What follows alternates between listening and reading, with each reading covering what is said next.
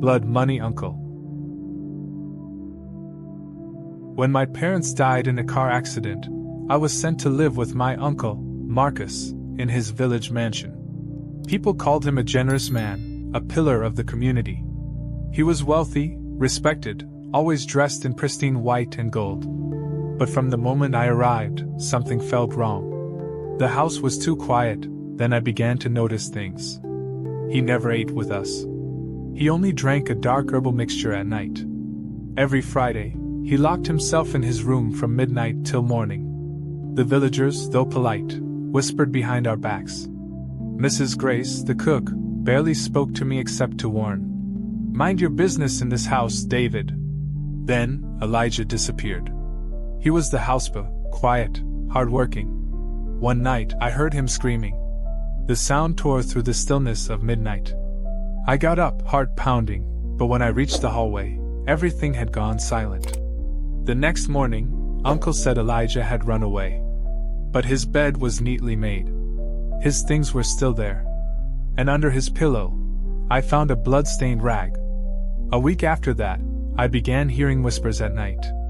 Sometimes faint cries. One night, curiosity got the better of me.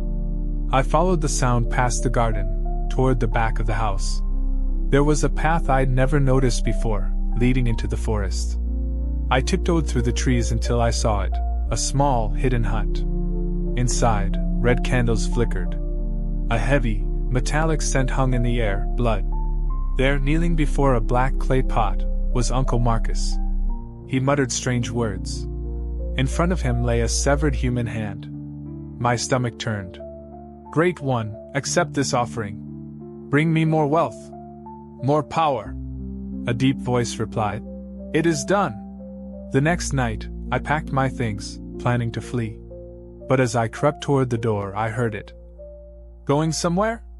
Uncle stood in the hallway, smiling. "You should not have seen that, David." His shadow stretched unnaturally long. Then everything went black. I woke up tied to a wooden post inside the shrine. The smell of blood was overwhelming. Uncle stood over me with a knife. "You are family, David. That's why I'll give you a choice. Join me, or become the next sacrifice." Then, he told me the truth. He had once been a poor man. Desperate. After losing his job in the city, and watching his wife die of illness without enough money for treatment, Uncle Marcus fell into depression. With no help from family or society, he turned to an old friend, Victor, who had mysteriously become wealthy overnight. Victor introduced him to Adibia, a native priest named Elder Silas, who promised riches and protection through the ancient rites of the Great One. At first, Uncle rejected the idea. But hunger, grief, and desperation chipped away at his conscience. The first sacrifice was a goat. Then a stray traveler. Each time, his wealth grew. But true prosperity, Elder Silas said, required the blood of someone close, someone whose death would truly matter. Uncle chose his younger brother, my father. "He was the first true offering," Uncle whispered. I screamed, struggling against the ropes. "I didn't want to," he said, eyes wild. "But the spirits demanded it. And when I saw what came after, money, power, respect, I couldn't stop." When he lifted the knife, I used all my strength to kick the clay pot over. It shattered, spilling blood everywhere. The ground shook. The voice screamed in anger. Uncle staggered. I grabbed a burning candle and set the hut ablaze. As flames devoured the altar, a shadowy figure rose from the ground. "You have failed me," it growled. It grabbed Uncle. His screams echoed as the fire consumed them both. I ran and didn't stop until I reached the village. The police found the hut the next day.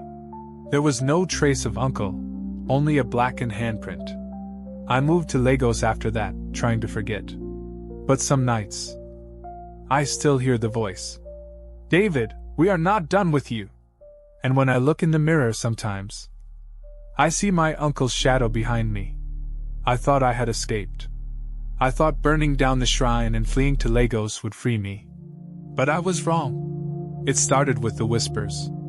At night, when everything was silent, I would hear it, his voice.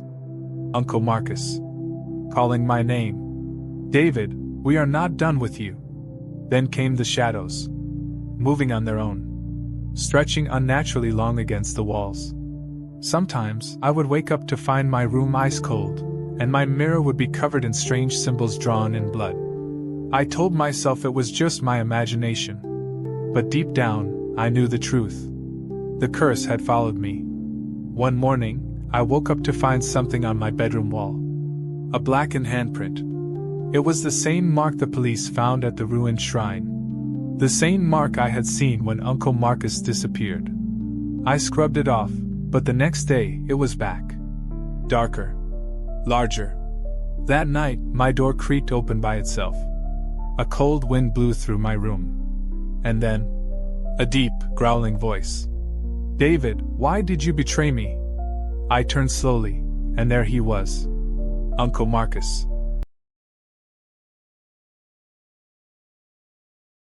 Please subscribe, like, comment, share with friends and family, and follow for more amazing stories.